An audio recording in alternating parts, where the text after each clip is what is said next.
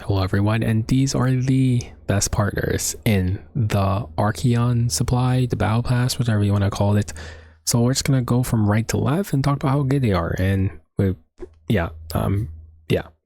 So the very best one is going to be Nyx. The reason why is because Nyx allows you to discard up to 3 cards. This means that you are not forced to discard a card, but if you want to, you can. And if you have a bunch of trash cards in your deck, you can choose up to 3 of them to discard, and then you draw the equal amount that you discarded plus 1. So no matter what, this will give you a draw, but if you choose to get rid of all 3, you get 4 draws, which allows you to cycle your deck and give yourself some pretty cool combos. And outside of that, you get some HP and healing effects, as well as the combatant that gets drawn gets increased damage. So not only is she a damage booster, but she's a team cycler, which is pretty dang good. I do think next here is probably, which one was it? Althea is on demand vulnerable, but it's only 1 vulnerable stack, so it's not too bad. There's not a lot of characters who can use this, but this can go on someone like Ray. And there's not really that many Cyclonics in the game. It could also work on, I think, Teresa, but yeah, it's not the best, so I wouldn't rate this one too highly, but 1 stacker vulnerable is a damage increase, so it's not too bad. For this one, this is 2 vulnerable instead, and this increases your crit. This is kind of like an amplified version of the 4-star artifact for partner for hunters.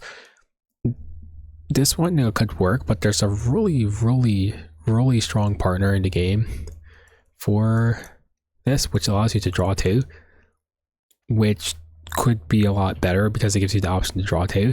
So for that reason, it's a little bit on the iffy side. I still think you would 100%, I cannot find the battle pass. I think it's 100% still choose probably the 4-star one over it. Celia is not the worst one, I think. The one Mark for 3 spent is not worth it. Mark basically just means 1 dual attack, and I'm assuming it's going to be off the caster. So whoever you put this on will be the one doing duel, which is kind of whatever.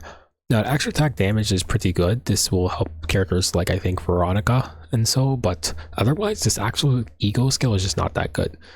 The rest of the card is okay, is better. This is probably the best part here, and the first draw is kind of whatever. It's kind of the worst one. I wouldn't pick it for a while.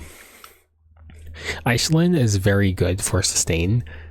She's probably somewhere near 2nd online because it helps you shield, which protects yourself, as well as the shield that you get on that turn gets retained until the next turn.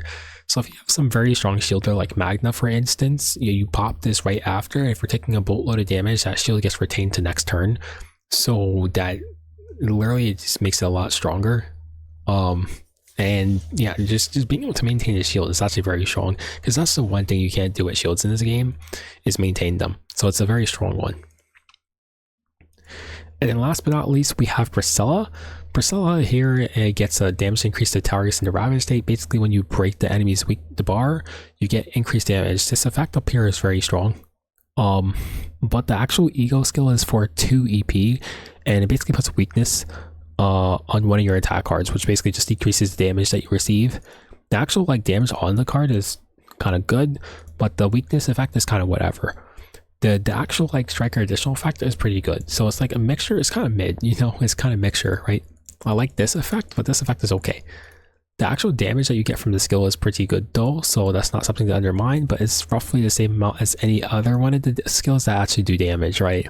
So realistically, you're just playing this for this Ravage state here, which for boss fights, you're not going to have them in the Ravage state for very long. You're only going to have them on a specific turn, and then once you end that turn, they're going to regen their bar again, right? So you're not going to have them in the Ravage state for a very long time, so it doesn't make this one pretty good.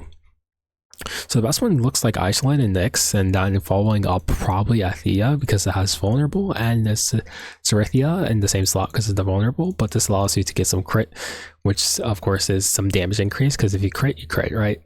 Otherwise, this is just, if you have no other option, that could work here. And then Celia's kind of last place. It's just not worth it.